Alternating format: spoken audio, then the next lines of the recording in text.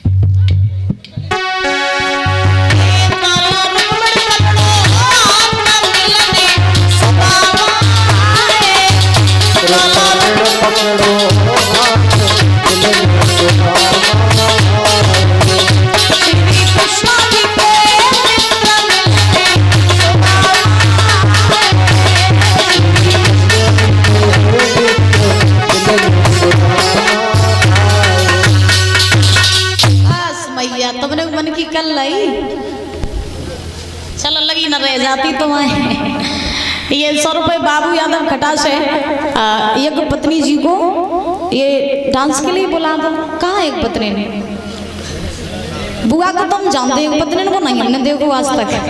अच्छा यही चश्मा वाली अम्मा ठीक हाँ गोविंद भगवान की।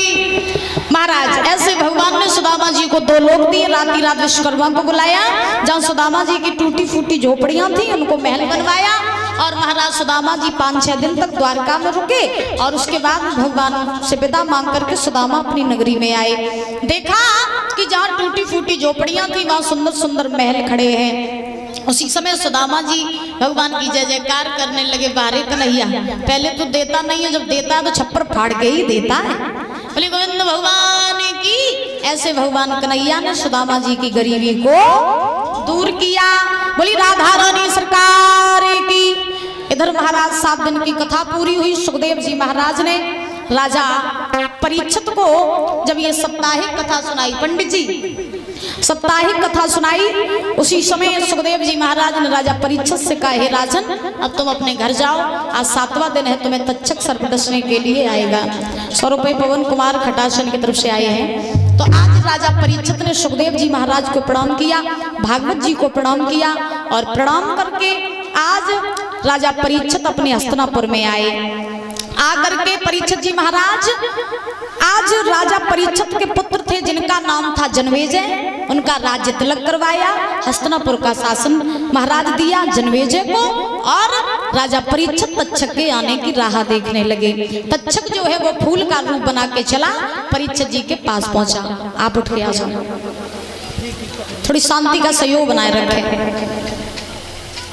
फूल है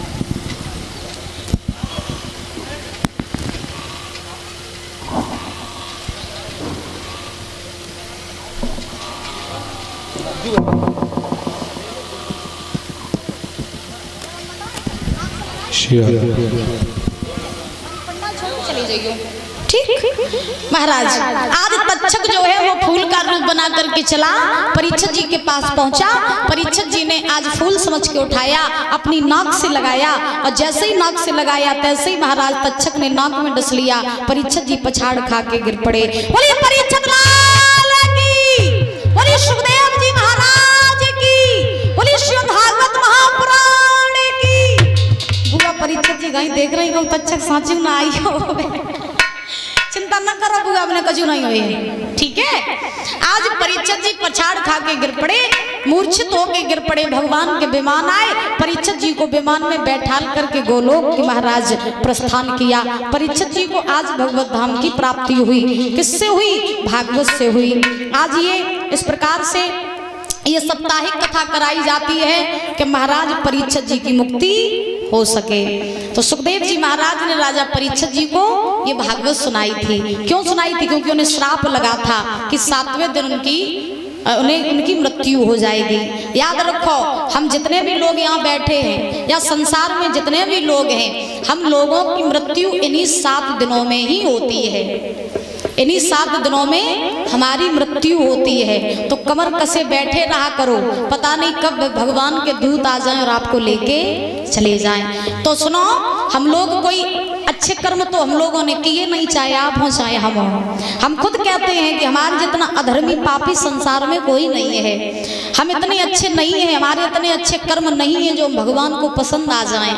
लेकिन हम इतना तो कर सकते हैं कि प्रभु ने हमें मनुष्य का जीवन दिया है, हमें इतना सुंदर शरीर दिया है, 2 आंखें दी, 2 भयंक दिए, 2 पैर दिए, संसार को देख सकते, अच्छे बुरे की पहचान कर सकते हैं। तो हम इस शरीर से इतना तो कर सकते हैं कि कथा भागवत सुनते रहें, भगवान को याद करते रहें और भगवान का भजन करते रहें। याद रखो, दुनिया के कामों से, जंजालों से हमें कभी छुटकारा नहीं मिलता है। अगर रात न होती तो महाराज इंसान रात में भी आराम न करता। वो तो अच्छा हुआ भगवान ने रात बना दी। तो कहने का भाव ये है, भागवत जी हमें यही सिखा रही हैं। आज आपके गांव से विदा ले रही हैं भागवत जी। तो पूरा 7 दिन का सारांश यही है, मनुष्य का जीवन अगर तुम्हें मिला है तो कथा सुनो, भागवत सुनो, भजन करो, सत्संग करो, अच्छे लोगों की संगत करो, कभी न किसी का बुरा चाहो, न कभी किसी का बुरा करो। आप किसी का बुरा नहीं करोगे तो परमात्मा आपके साथ कभी बुरा नहीं होने देगा, और आप किसी के साथ बुरा करोगे तो परमात्मा आपके साथ कभी भला नहीं होने देगा।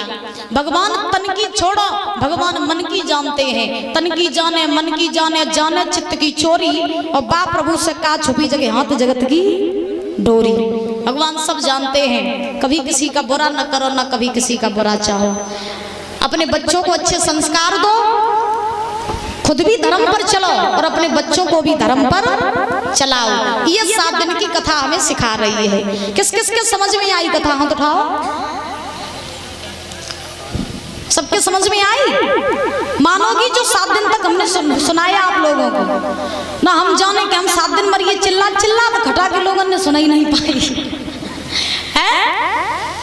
सास ससुर की सेवा करना, पति को परमेश्वर मानना, घर को स्वर्ग बनाना, बच्चों को अच्छे संस्कार देना, और जितना हो सके उतना धर्म पर चलना। श्री राधा रानी सरकार की। और ये 100 रुपए विशाल यादव मोहम्मदाबाद की तरफ से आई है, बहुत बहुत धन्यवाद है। सभी लोग भागवत जी के अंतिम श्लोक को बोलेंगे ध्यान से। इसका ई को हल्का कम कर दो भैया। एक शब्द सभी लोग बोलेंगे। नाम बोलो, नाम संकीर्तनम। सावधान होकर बैठ जाओ पहले तो। कोई कैसे बैठा, कोई कैसे बैठा है ना। हाथ जोड़ करके, आंखें बंद करके बड़े बोलो। नाम संकीर्तनम यस्य सर्व पाप प्रणासनम प्रणासनम प्रणामो प्रणामो दुख समनस्तम नमामि हरिम परम नमामि हरिम परम कृष्णाय वासुदेवाय हरये परमात्मने प्रणत क्लेश नाशाय गोविंदाय नमो नमः। हाथ ऊपर करके सभी लोग बोलेंगे। ओम हरये नमः, ओम हरये नमः, ओम हरये नमः। बोलिए भागवत भगवान की। एक बार जोर से बोलेंगे, बोलो राधे राधे। आवाज नहीं आ रही आप लोगों की, थोड़ा और जोर से बोलेंगे, बोलो राधे राधे। बोले गोविंद भगवान की जय हो। और आज जो है 7 दिन की कथा पूरी हो गई है, तो हम भी आप लोग